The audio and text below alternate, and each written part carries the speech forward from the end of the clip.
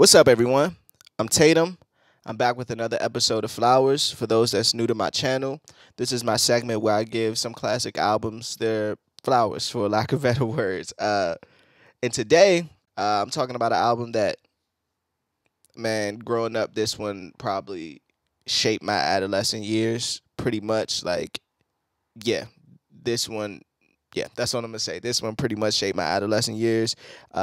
It's his 15th year anniversary, so I thought it was only right that I talk about this album in particular. And without further ado, the album I'm gonna be talking about is Lil Wayne, The Carter 2. For me, the Carter 2 picks up where the Carter 1 left off, but the stakes are even higher. At this point, Wayne on the Carter 1 kind of like, he got everyone's attention. Not everyone, but he got the right people's attention because the way we looked at Wayne prior to the Carter series was just that, like, he's cool. He's a good rapper from the South, that Cash Money shit. Like, he wasn't even the top artist at that point, earlier Cash Money days. So we just looked at him like, he's just that little rapper over there. Like, but he's cool. Like, he got some bars here and there, but nothing like, we wasn't putting him on a level with the greats yet. You know what I mean? And with the Carter 1, he kind of showcased an ability with his rapping that we didn't see coming. We didn't even know he had in him. Me personally, I've been a Wayne fan since I was a pup. So, like, I've been along the way and I've seen the progression from The Block is Hot, Lights Out, 500 Degrees. So when I got the Carter, I was also surprised, but I wasn't surprised because I knew his potential. And I've been listening to Squad Up mixtapes my whole childhood, and so I knew what he could do lyrically. Also, with the Carter 2, this is the first album he does without Manny Fresh. Like, that's a whole new plateau for him. Like, usually Manny Fresh does all the Cash Money albums up to that point, but he left the label due to, whatever business reasons. So Wayne was kind of like left out there to kind of fend for himself, find the producers, find the right songs. But I also think that helped him in the long run. I don't think we would have got the Wayne that we know today if he was just stuck in those Manny Fresh beats. And Manny Fresh makes great productions, don't get me wrong, but we don't get the Wayne we love today and the Wayne that inspired a whole generation to come after him without the Carter 2 to me. Like, I feel like this is his most important album. I feel like it's his best album. It's his best lyrical album.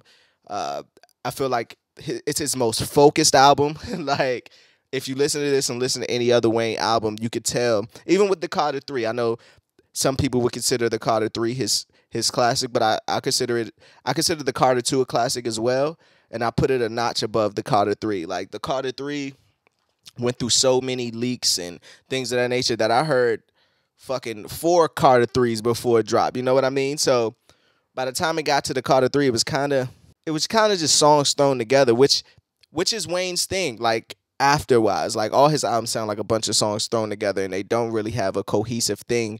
Like, even with this one, he follows the suit of the Carter 1, like the walk-ins, the walkouts. He does the fly-in in the Carter 2 and then a fly-out. Like, it's on another level kind of thing. And his lyrical ability on this album is just his punchlines, his stories, his metaphors, his flow. Everything was so perfect on this album. Like, re-listening to it today, I was like, oh my gosh, I forgot.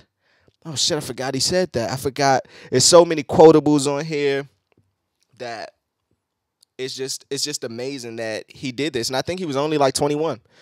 Like, he was only 21 when he did this album, and that's just nuts. And also, thing I learned today, well, I didn't learn, but it just, dawned on me again that he dropped the Dedication 1 like a week after the Carter 2, and then 4 or 5 months later, he dropped the Dedication 2. Do you know how crazy that is? Like, do you know how much, when he said, I'm the best rapper alive, that guy, like, he made you believe it.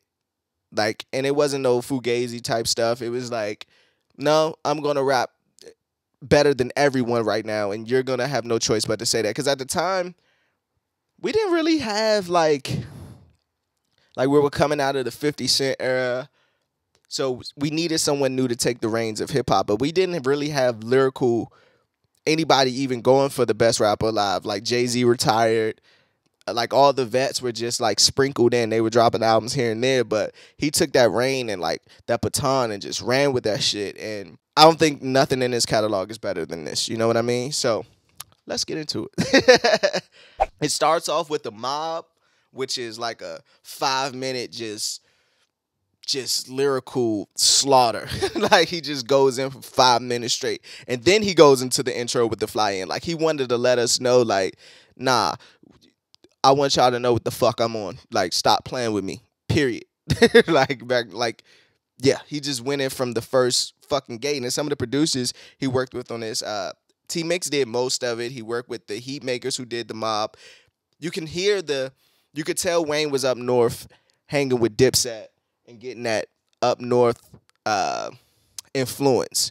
Like even his cadences became less southern to me. Like he said on it's one of the songs on the Drought 3 when he say, "Oh, show me what you got." He say, "The only down south nigga that could have been in Wu-Tang." Like he excelled at that point. Like you could tell he was getting influence from Hove. He was getting influence from Cam, Jewels at the time, that I Can't Feel My Face mixtape. Like he was getting influence from that I guess the Mecca, would you call it? You know what I mean? Like you could tell he was losing like his southern drawl, that New Orleans bounce and things of that nature, which I thought was just impressive to say the least. You know what I mean? Like at that time southern rappers were still, like I said, we were coming out the 50 Cent era, we were coming out the crunk era. So southern rappers were still looked at as just those southern rappers. You know what I mean? Like it was dance, it was snap music, it was things of that nature. So for him to come with the lyrical ability, it was something new. Him and T.I., I got to give T.I.'s credit too. Those are two at that time that were really holding the reins of southern hip hop in its entirety, and was killing shit. You know what I mean? On a lyrical level, song level, lyrical level, everything. So that's something that stood out to me when I listened to the mob, going into the fly in, and then Money on My Mind. Come on, man. That's just like stepping out the motherfucking car. They ain't all. Like I remember being in high school, 10th grade, and that shit dropped, and you could hear that throughout the hallways of my high school. We would be in class, cutting on a TV, looking at Money on My Mind video. It came on after Hustler Music. But we were like, ain't a stain on these products. I'm just being modest. Like, got me a guy to show how to divide it. She's still down and she don't get none of the prop. Like, his rhyme patterns were just, he was talking to you. And it's very different from the Wayne we know today. Like, it kills me sometimes. I talk to people and they like, oh, you like Wayne? Like, because they get the after the commercial Wayne, after the Carter 3, after I've been the big as I could be. They see the residuals of what the Carter 3 put in. You know what I mean? And that shit bugs me, because I'm like, this guy was like one of the greatest lyricists you ever would hear in your fucking life. Like to me and my friends and my core and my peers, we love this shit. Like when Money on My Mind came out, that shit was just different, bro. Like the Runners did that. He had Diesel on here. Cool and Dre worked on this. It's just stupid, man. And then he does songs like More Fire, which is like a Jamaican feel type of song, and he still gets in the bag and kill it. I put you in the pocket right next to the condoms, homie. You ain't nothing but a prophet. Like the thing, like the shit he was saying, like the way Wayne has a thing with, like, Wayne has some of the greatest quotables I ever heard in hip hop next to Jay-Z, and I say that proudly. Like, you were looking at New Orleans' finest, and you're being blinded by European diamonds, and what you're seeing 2 or 3 times. Like, the shit that he was, Jesus Christ, this shit is just amazing. The way he was just in his bag and pocket this whole fucking album to go into that. And then he has the song Best Rapper Alive in the skit before, where he's talking about somebody wanting to battle him on the beach during Labor Day weekend. And he's like, nigga, are we getting paid for this? Like, I ain't battling nobody for no fucking, I ain't just battling for the sport. I do this shit for like the paper. Like, I don't do this shit to fuck around. I ain't one of these fucking new niggas and freestyle niggas. Like, you gotta respect me like you respect the greats. And I fucking love that. Like, and he showed and proved, even on Best Rapper Alive, then going to Lock and Load with Corrupt. It's just, and that one was kind of it was kind of like a West Coast beat, if you would say the least. Like, even the hook, I think, was from a Dog Pound album that Corrupt just revisited and recited again. Oh no, it's kind of like a Dipset beat, like with the sample in the back. Oh no, no, oh no, no, and he just goes in for like 3 minutes straight. Like the one thing I love about Wayne, what he used to do a lot, he's so great at rapping. He can rap on a whole song and make it a hit. Like look at Millie, right? Millie's not on this album, but let's just get into Millie real fast. A Millie is probably considered Wayne's probably greatest song. If you ask somebody what's Wayne's favorite song, Wayne's best song, they'll probably say Millie. He'll probably say Millie. But the song has no hook. It's just him rapping. Do you know how great that is that a person can just rap on a song and it become a commercial hit? You know how rare that is? You know how that's never gonna happen prior and that's never gonna happen again. Like he's the only one that could do it. Like he's so charismatic, his voice, everything that his performance is something to be admired by. Like that's why I named this show Flowers, and that's why I'm giving this joint its flowers, because it's like you can't overlook the greatness of what people give you. You know what I mean? Like sometimes people could be so great you just forget, you just overlook their greatness. But like a nigga like really he really just rapped on a song and it became a hit. Like Jay-Z rapped on the Millie. That's how much great of a song that was. But let's get back to the album. He has a line on there. He says like everyone's a king, but where the fuck is your palace at? And I think that was to me as a hip hop lover, I think that was a shot at T.I. at the time, because they were not butting heads like on a negative way, but they were like the two Southern rappers with lyrical ability who were reaching commercial success. They were both on the Soldiers song with Destiny's Child. Like they were put against each other, for lack of a better word. So when he said everybody's a fucking king, but where the fuck your palace at? Like you gotta love that when rappers you gotta love the subliminals. Like you gotta love the subliminals. He got another line that I just always say in my mind, like I'm back like a Brizzair hook, bitch cheer. Like what? Like Wayne was just in his fucking bag, bro. And then he introduced me to fucking Robin Thicke. I didn't even know who Robin Thicke was up until this point till I heard Shooters. And that song is kind of odd for Wayne to be on, especially coming out of the Cash Money sound kind of era. Like you don't even expect Wayne to be on a beat like that, let alone like quote unquote white Caucasian singer like Robin Thicke, Island Thicke son. You don't know who this is yet. Me personally in the hip hop world, I didn't know who Robin Thicke was. Forgive me, but that song is just like, and then he says on that song, and to the radio stations, I'm tired of being patient. Stop being rapper racist, region haters. Like he letting you know that while y'all still hating, y'all need to stop that shit because we coming. Just sort of like what Andre said at the Source Awards back in like '94. Like it's sort of that. Like the South got something to say, and it's crazy that was Wayne released this album in 2005, and Southern rap was still looked at as bottom tier.